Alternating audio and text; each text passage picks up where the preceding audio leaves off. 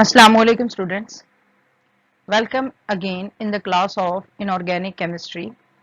As you people know that we have started the second chapter of this course, which is complexes of pi acceptor ligands.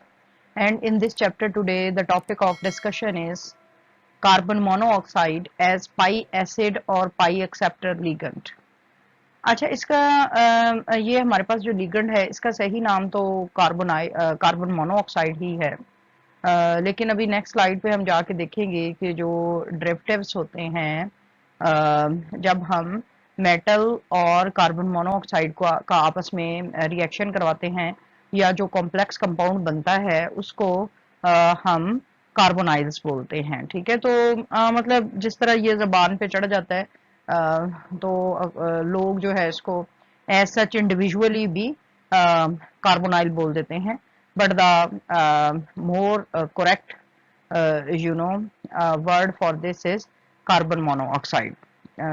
तो ये carbon monoxide ligand है which is uh pi acid और pi acceptor ligand.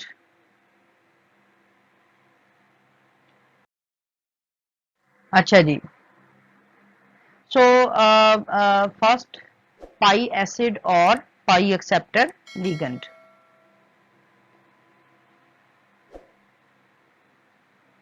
Pi back bonding, also called pi back donation, is a concept from chemistry in which electrons move from an atomic orbital on one atom to a pi star anti-bonding orbital on a pi acceptor ligand. So this is a new concept actually. और इसमें क्या होता है कि पाई back bonding, ठीक है, तो इसको पाई बैक बॉन्डिंग भी या इसको पाई बैक डोनेशन भी बोलते हैं। और इसमें क्या होता है, इलेक्ट्रॉन्स मूव करते हैं from N atomic orbital on one atom, और ये जो एटॉमिक ऑर्बिटल एटम के ऊपर होता है basically this is metal atom, ठीक है, to a pi star anti bonding orbital. तो मेटल एटम से जो इलेक्ट्रॉन्स हैं वो मूव करते हैं pi star anti bonding orbital on a pi acceptor ligand, ligand के ऊपर, ठीक है। और ये वाला लिगेंड है, जैसा कि पिछले लेक्चर में मैंने बताया था कि किस तरह से मेटल एटम में से कार्बन मोनोऑक्साइड लिगेंड जो है उसके पाई स्टार एंटी बॉन्डिंग ऑर्बिटल में इलेक्ट्रॉन्स मूव कर सकते हैं। It is especially common in organometallic chemistry of transition metals with multi-atomic ligands such as carbon monoxide, ethylene और नाइट्रोसोनियम केटाइन। ठीक है, तो अब खास तौर पे ये ऑर्गेनोमेटालिक केमिस्ट्री में ज़्यादा कॉमन है। ठीक है, यानी organometallic compounds, these are the compounds which are combination of metals and organic molecules, right. और ऑर्गेनिक मॉलिक्यूल्स जो है उनमें से भी वो वाले जो कि मल्टी एटॉमिक हैं, जैसे कार्बन मोनोऑक्साइड है, इथिलीन है या नाइट्रोसोनियम केटाइन है। ठीक है, मेटल्स जब इन लिगेंड्स के साथ मिलती हैं तो फिर पाई एसिड या पाई एक्सेप्टर लिगेंड का कॉन्सेप्ट जो है वो अराइज होता है। तो उसमें होता क्या है कि एक दफा जब ये लिगेंड्स अपने इलेक्ट्रॉन मेटल एटम को डोनेट कर देते हैं, मेटल एटम के ऊपर इलेक्ट्रॉन की फरावानी हो जाती है, और वो फिर उसको कैसे स्टेबलाइज करता है कि जो मेटल एटम है, electrons from the metal these are used to bound to the ligand. तो इलेक्ट्रॉन्स जो हैं फिर मेटल एटम जो है लिगेंड के ऊपर ये शिफ्ट, एक तरह की शिफ्टिंग हो जाती है, और आमतौर पे जो शिफ्टिंग होती है वो pi star anti bonding orbital में होती है in the process relieving the metal of excess negative charge. तो इसमें क्या होता है, एक्चुअली मेटल्स जो हैं आपको पता है एज दीज आर इलेक्ट्रोपॉजिटिव, तो वो जब उनके पास इलेक्ट्रॉन्स की ज़्यादा कसरत हो जाती है तो वो अनईजी फील नहीं करती, सॉरी वो इजी फील नहीं करती। तो इस अनईज को रिमूव करने के लिए क्या होता है कि जो एक्सेस नेगेटिव चार्ज है in the form of electrons, they are then transferred to the pi star anti-bonding orbital. अच्छा जी, अब ये तो था सिंपली अबाउट पाई एसिड और pi acceptor ligand, and specifically now we will study carbonyl as pi acid और pi acceptor ligand. So the most important pi acceptor ligand, this is carbon monoxide, ठीक है, जो most important है, this is carbon monoxide. The transition metals derivative of carbon monoxide, these are called as carbonyls. तो जब ये carbon monoxide का ligand attach हो जाता है मेटल्स के साथ, तो जो डेरिवेटिव्स, जो कंपाउंड्स ऑब्टेन होते हैं, उनको हम कार्बोनाइल्स बोलते हैं, ठीक है। Itself this ligand is termed as carbon monoxide, and the combination of this carbon monoxide and metal, this results in the production of compounds which we called as carbonyls. The carbonyl ligand distinguishes, आपने देखा, देखें यहाँ पर फिर जो है ना carbonyl ligand, यानी एक्चुअली ये ज़बाने ज़्यादा आम हुआ है, लेकिन जो ज्यादा करेक्ट है इसके लिए कार्बन मोनोऑक्साइड लिगेंड है, और जब ये इसके साथ मिल जाता है मेटल के साथ, फिर हम उसको कार्बोनाइल्स बोलते हैं। एनीवेज, यू मे से, तो कार्बन मोनोऑक्साइड जो लिगेंड है distinguishes itself from other ligands in many respects, ठीक है। For example, unlike the alkyl ligands, the carbonyl ligand is unsaturated, thus allowing not only the ligand to donate electron to form sigma bond with metal atom, ठीक है। अब ये जो alkyl जो ligands हैं उनके ब्रक्स, अब अल्काइल में तो आपको पता है कोई भी डबल या ट्रिपल बॉन्ड नहीं है अल्काइल ग्रुप में, ठीक है, लेकिन कार्बोनाइल में वी नो दैट जो कार्बन मोनोऑक्साइड है उसमें ट्रिपल बॉन्ड एग्जिस्ट करता है, इसलिए ये अनसैचुरेटेड है। और इसके अलावा अभी हम नेक्स्ट स्लाइड पे देखेंगे, ना सिर्फ ये कि ये अनसैचुरेटेड है, बल्कि इसके ऊपर लॉन पेयर भी है। तो इस वजह से ये कार्बन मोनोऑक्साइड जो लिगेंड है अपना वो लॉन पेयर यूज करता है मेटल एटम के साथ सिग्मा बॉन्ड बनाने के लिए, ठीक है। और इस तरह चूंकि ये इलेक्ट्रॉन देता है तो लीवस बेस के तौर पर एक्ट करता है। तो ना सिर्फ ये कि ये लीवस बेस के तौर पर एक्ट करता है, बल्कि ये एक्सेप्ट ये इलेक्ट्रॉन्स एक्सेप्ट करता है पाई स्टार एंटी बॉन्डिंग ऑर्बिटल में फ्रॉम मेटल ऑर्बिटल्स, ठीक है। और इससे क्या होता है कि वो जो ये कार्बोनाइल, इस तरह से ये कार्बन मोनोऑक्साइड जो लिगेंड है इसको पाई एसिडिक बना देता है। पाई एसिडिक हम इसलिए इसको बोलते हैं कि जब ये मेटल एटम के ऊपर जब इलेक्ट्रॉन्स की एक्सेस हो जाएगी, उस एक्सेस को रिलीव करने के लिए मेटल एटम अपने इलेक्ट्रॉन्स पाई स्टार एंटी बॉन्डिंग ऑर्बिटल को देगा। तो इसका मतलब कि ना सिर्फ ये कार्बन मोनोऑक्साइड का लिगेंड जो है ये देने की टेंडेंसी लगता है, लीवस बेस के तौर पर एक्ट करता है, बल्कि in the form of carbonyls, carbonyls की फॉर्म में जब ये आ जाता है तो ये कार्बन मोनोऑक्साइड इलेक्ट्रॉन लेने की टेंडेंसी भी रखता है in its pi star anti bonding orbital, and in this way acting as acid. तो इस वजह से इसको बोलते हैं कार्बोनाइल एज पाई एसिड और pi acceptor ligand, because this is the property of Lewis acid to accept electrons.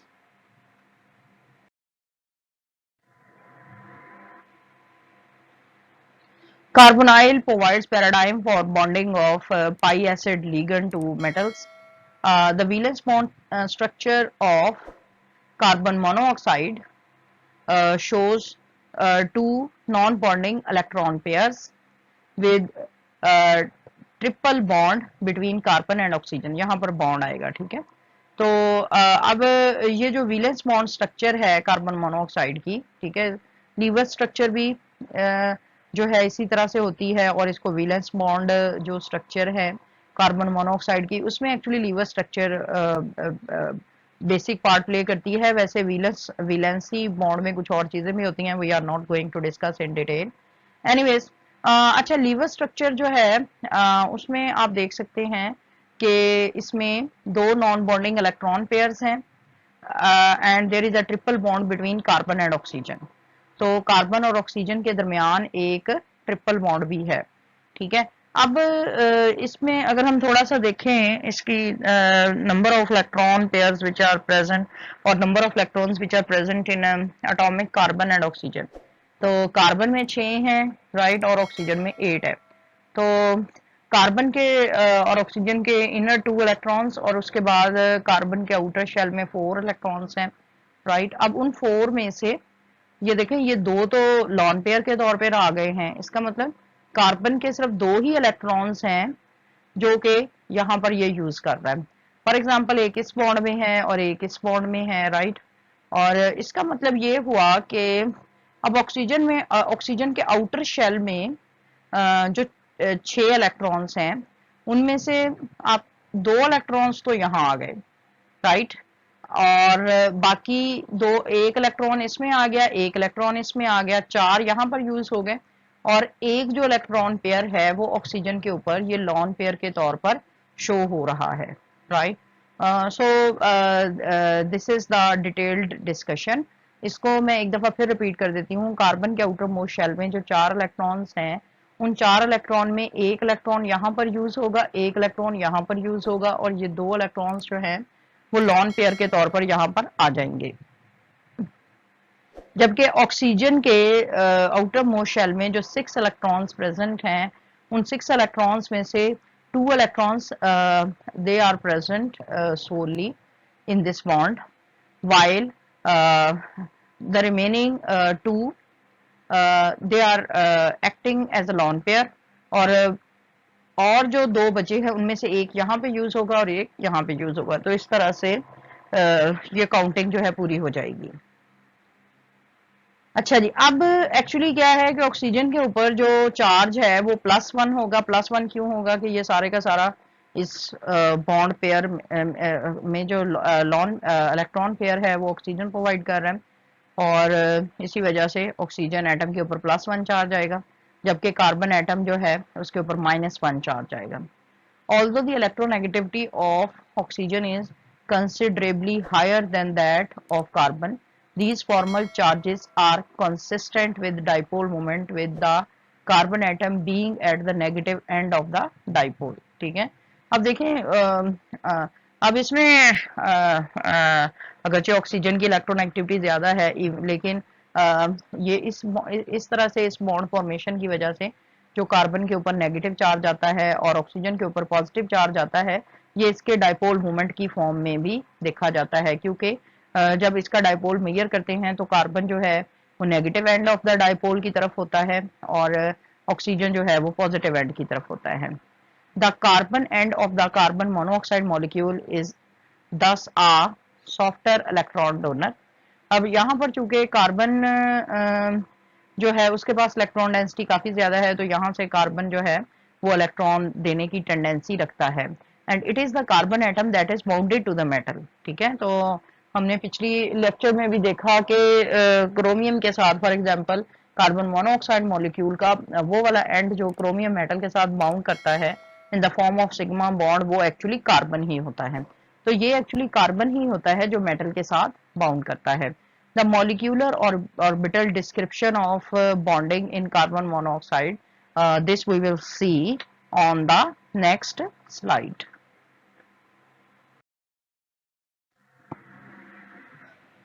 So this is the MOT diagram of carbon monoxide, और इस MOT diagram में आप देख सकते हैं these are the atomic orbitals of carbon, these are the atomic orbitals of oxygen, and these are the molecular orbitals of carbon monoxide, and we will take start from the second shell। और इसमें ये है कि जो carbon के atomic orbitals हैं these are at higher energy as compared with atomic orbitals of oxygen। तो अब सेकंड शेल के अंदर 2s में ऑक्सीजन के 2 इलेक्ट्रॉन्स हैं और इसी तरह कार्बन के भी 2 हैं, so they will mix and match, this will result in the formation of two bonding molecular orbitals, two molecular orbitals. One is bonding molecular orbital which is sigma, and the other is anti-bonding molecular orbital which is sigma star। ठीक है, तो 2 electron ये हैं, 2 ये हैं, पहले ये lower energy वाला सिग्मा फिल होगा, फिर हायर एनर्जी वाला सिग्मा स्टार फिल होगा। Anyways they will be completely occupied. अब अगर हम 2p ऑर्बिटल में ऑक्सीजन के 2p ऑर्बिटल्स में इलेक्ट्रॉनिक पॉपुलेशन की बात करें तो one of them will be completely filled and other 2 they will be partially field. ठीक है, और कार्बन के सिर्फ 2 ही इलेक्ट्रॉन बचते हैं, so out of 3p orbitals 2 will be partially field, और फिर इनकी जब इन तीन और इन 3 यानी 6 एटॉमिक ऑर्बिटल्स की जब मिक्सिंग होगी, this will result in the formation of 6 molecular orbitals. उन 6 मॉलिक्यूलर ऑर्बिटल्स में these are the pi, this one is sigma. So these are the bonding molecular orbitals, and these two pi stars and one sigma star, these are anti-bonding molecular orbitals. So in this way we will get 6 molecular orbitals. अब हम हमारे पास total कितने electrons हैं? 4 + 2 6, ठीक है। तो वो फिर क्या होगा कि उनमें से ये वाले लोअर जो बॉन्डिंग मोलिकुलर ऑर्बिटल्स हैं वो फिल हो जाएंगे, और ऊपर वाला जो पाई स्टार है और इसके अलावा sigma star, they will remain empty. और अगर हम बॉन्ड ऑर्डर की बात करें तो बॉन्ड ऑर्डर क्या होता है? Number of electron pairs which are present in bonding molecular orbitals minus the number of electron pairs which are present in anti bonding. तो यहाँ पर आप देख सकते हैं कि जो electron pair bonding molecular orbital में प्रेजेंट है, इट इज 3, और जो एंटी बॉन्डिंग में है, this is 0। So bond order 3 - 0 is equal to 3। So a triple bond exists in the molecule of carbon monoxide between carbon and oxygen.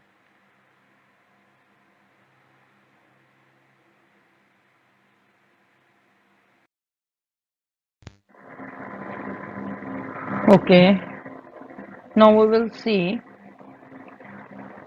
what is the impact of bonding between carbon and oxygen in this ligand. We are studying carbon monoxide as pi acid or pi acceptor ligand. So in case of gaseous carbon monoxide in which triple bond exists, the carbon oxygen stretching is observed at 2143 centimeter inverse in IR spectra. So in this slide we will see that how we can use IR spectroscopy or vibrational spectroscopy for the identification of bonding in carbon and oxygen. अच्छा जी, this is the structure of chromium hexacarbonyl, and in this structure, as you can see that carbon monoxide ligand in this carbonyl is attached to the chromium ion. So 6 carbon monoxide groups, these are attached by this sigma bond, which is formed by the donation of electron pair from this carbon, ठीक है। अच्छा जी, अब इसमें ये है कि अगर ये वाला इंडिविजुअली गैशियस फॉर्म में, कार्बन मोनोऑक्साइड की फॉर्म में जब ये मॉलिक्यूल एग्जिस्ट करता है, तो जो इसका आईआर स्पेक्ट्रा है वो स्ट्रेचिंग वाइब्रेशन देता है of the triple bond which is seen at 2143 centimetre inverse, ठीक है। लेकिन क्या होता है कि मेटल कार्बोनाइल में the carbon oxygen stretching bond is seen at 1850 to 100 centimeter inverse for terminal groups, ठीक है।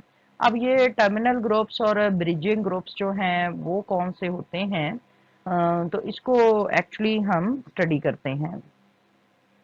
अब ये जो टर्मिनल मोड होता है, इसमें ये वाला कार्बन जो है सिर्फ एक सिंगल मेटल आयन के साथ, यानी हर कार्बन मोनोऑक्साइड ग्रुप का वो इस सिंगल मेटल के साथ कोऑर्डिनेशन में होता है, यानी एक जे इलेक्ट्रॉन पेयर, ठीक है, वो यूज हो रहा होता है इस मेटल के साथ कोऑर्डिनेशन में।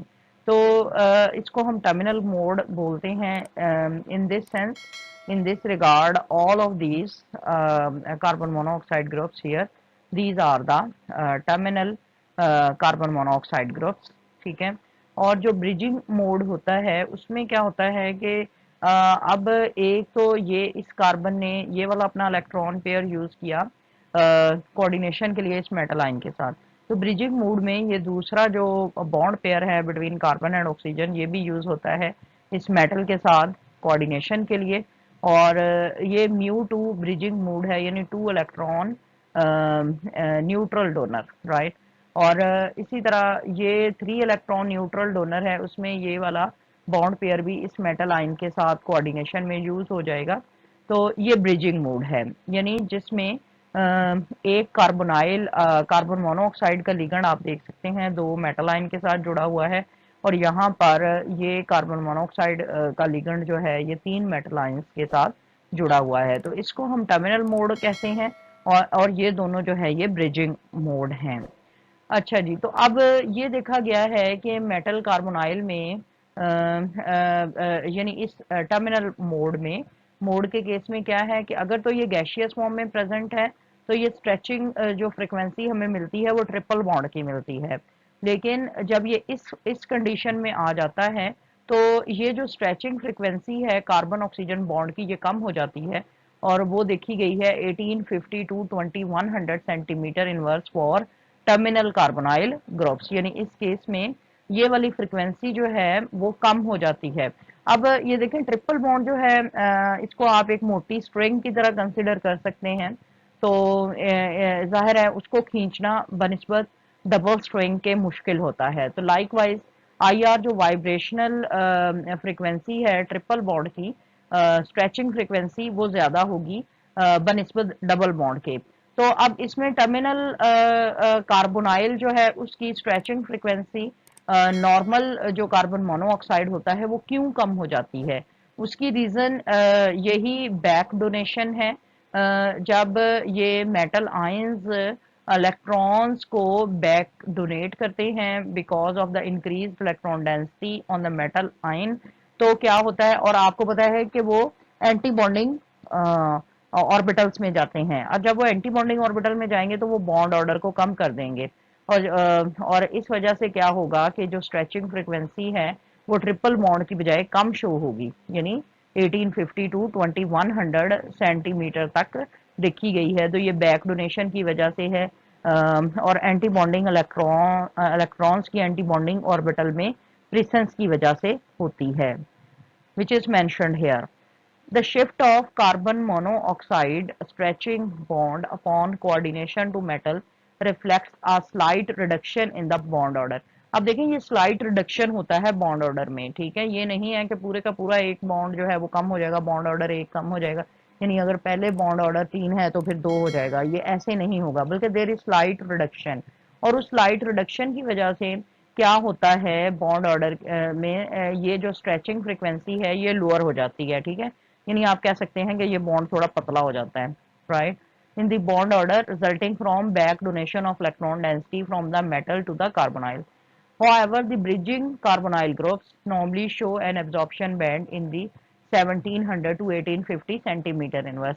अच्छा, अब ये ब्रिजिंग कार्बोनाइल आपको नजर आ रहा है, ठीक है, और इसकी जो देखें जो स्ट्रेचिंग फ्रीक्वेंसी है वो 1700 से 1850 सेंटीमीटर इनवर्स है। तो ये समझ में आने वाली बात है, जब ये ब्रिजिंग मूड में जाता है तो यहाँ तो इस ट्रिपल बॉन्ड की बजाय ये डबल बॉन्ड रह जाता है। तो जाहिर है डबल बॉन्ड की स्ट्रेचिंग जो फ्रीक्वेंसी है वो ट्रिपल बॉन्ड की स्ट्रेचिंग फ्रीक्वेंसी से ऑब्वियसली काफी कम होगी। तो इस तरह से क्या है कि ये जो वाइब्रेशनल स्पेक्ट्रोस्कोपी है या आईआर स्पेक्ट्रोस्कोपी है इसको हम यूज कर सकते हैं for the easy identification of bridging and terminal carbonyl groups, ठीक है। जो टर्मिनल कार्बोनाइल ग्रुप है वो आपको स्ट्रेचिंग फ्रीक्वेंसी उसकी होगी 1850 टू 2100 सेंटीमीटर की रेंज में, जबकि ये जो ब्रिजिंग कार्बोनाइल ग्रुप है इसकी स्ट्रेचिंग फ्रीक्वेंसी देखें काफी लोअर है 1700 से 1850 centimetre inverse. So in this way we can identify carbon monoxide in which three triple bonds only are present with its stretching frequency around 2143 centimeter inverse um, from the metal carbonyl, ठीक है, जब ये metallic form में आ जाएगा metal के साथ तो तब इसकी स्ट्रेचिंग फ्रीक्वेंसी होगी 1850 टू 2100 सेंटीमीटर इनवर्स। और अगर ये carbonyl group bridging bridging mode में है तो तब इसकी स्ट्रेचिंग फ्रीक्वेंसी और ज्यादा लोअर हो जाएगी which is 1700 to 1850 centimetre inverse.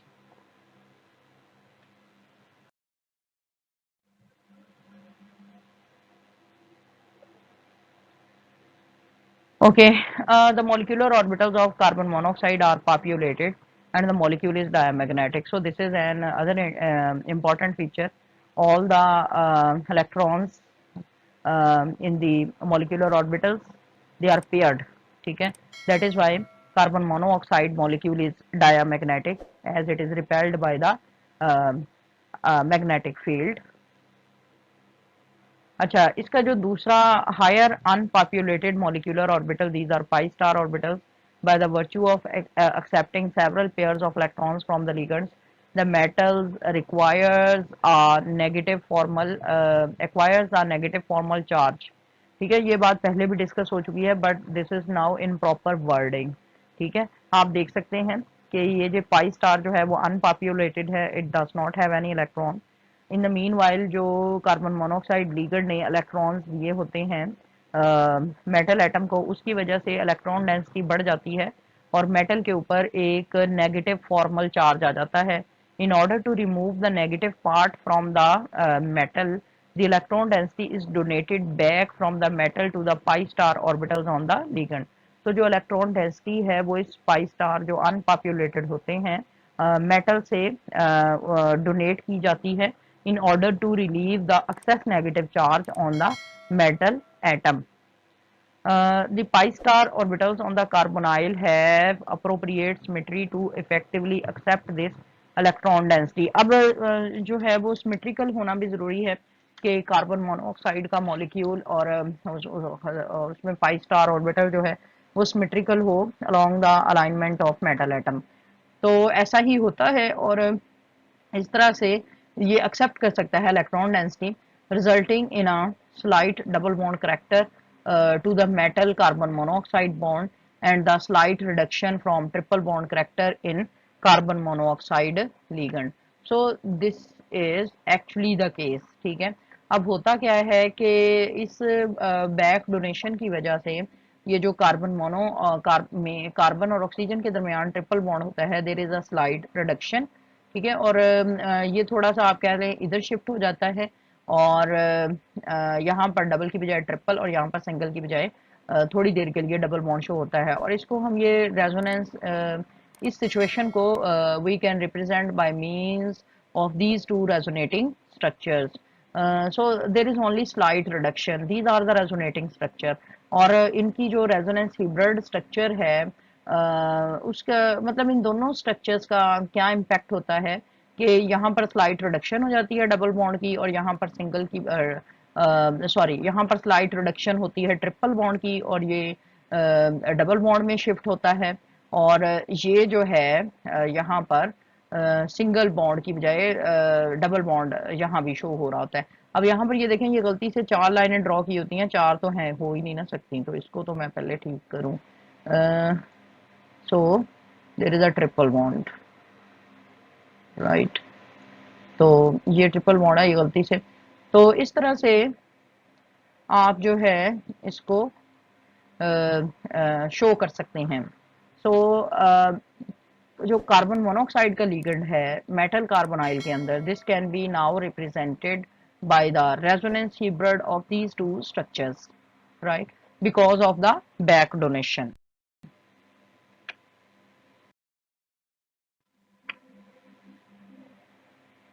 Because the electron density is flowing from the metal onto the ligand, this donation is known as back donation.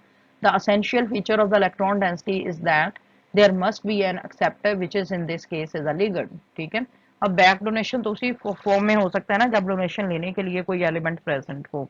तो इस केस में वो वाला सब्सटेंस जो है वो ligand है। The ligands are referred to as pi acceptor because of receiving electron density donated from the metal to pi star orbitals।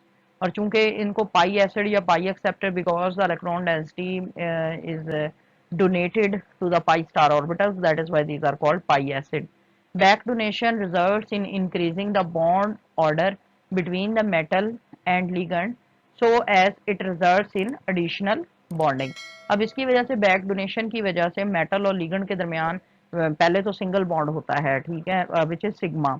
तो लेकिन बैक डोनेशन की वजह से इलेक्ट्रॉन डेंसिटी इंक्रीज करती है बिटवीन मेटल एंड लिगेंड और वो थोड़ा बॉन्ड जो है और स्ट्रांग हो जाता है। So this is actually the case.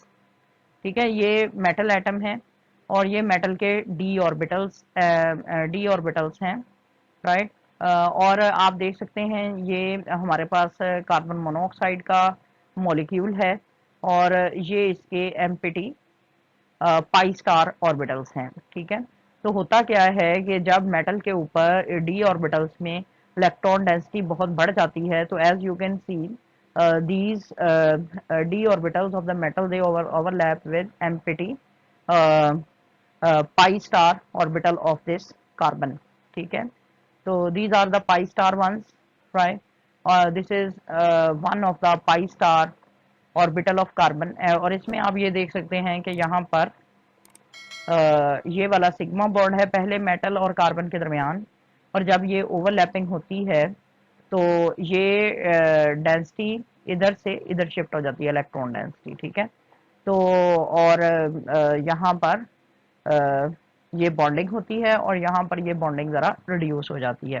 तो इस तरह से मेटल और कार्बन का जो बॉन्ड है वो और स्ट्रॉन्ग हो जाता है।